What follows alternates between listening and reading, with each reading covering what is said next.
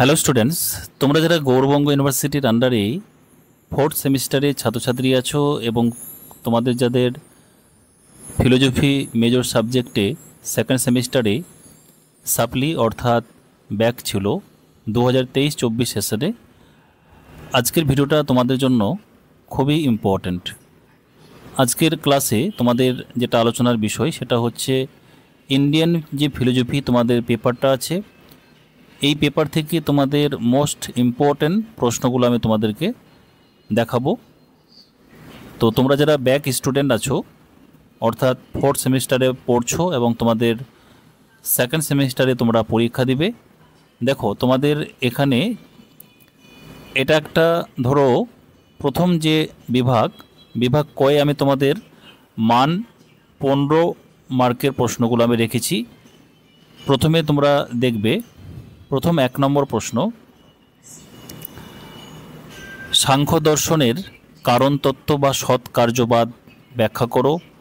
সাংখ্য কিভাবে অসৎ কার্যবাদ খণ্ডন করেছে তা আলোচনা করো।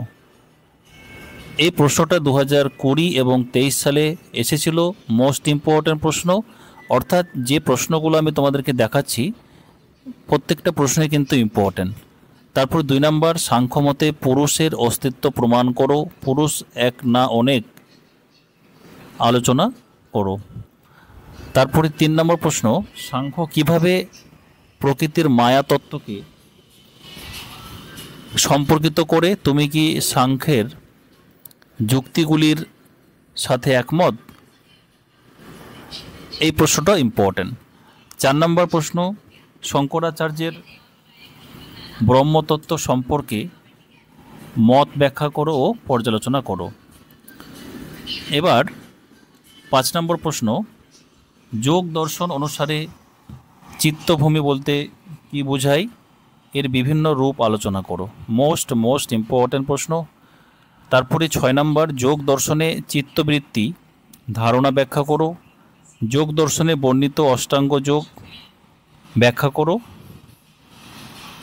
8 নম্বর প্রশ্ন, মীমাংসার মতে অনুপলব্ধি প্রমাণ সম্বন্ধে সমালোচনামূলক আলোচনা করো।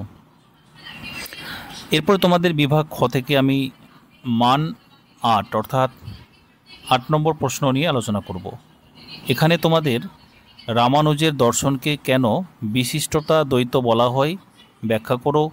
অদ্বৈত দর্শনে মুক্তি ধারণা নিয়ে সংক্ষিপ্ত নোট লেখো। যোগ দর্শনে ঈশ্বরের স্থান ও ভূমিকা আলোচনা করো। মীমাংসা ন্যায়কোষ অনুসারে অর্থাপত্তিকে একটি স্বতন্ত্র প্রমাণ হিসেবে সংক্ষিপ্ত টিকা লেখো। তারপরে বিভাগ গ এ তোমাদের দেখো পরীক্ষায় যেমন কোশ্চেন প্যাটার্ন থাকবে সেভাবেই কিন্তু বিভাগ ক খ তারপরে গ এভাবেই কিন্তু তোমাদের থাকবে বেসিক্যালি।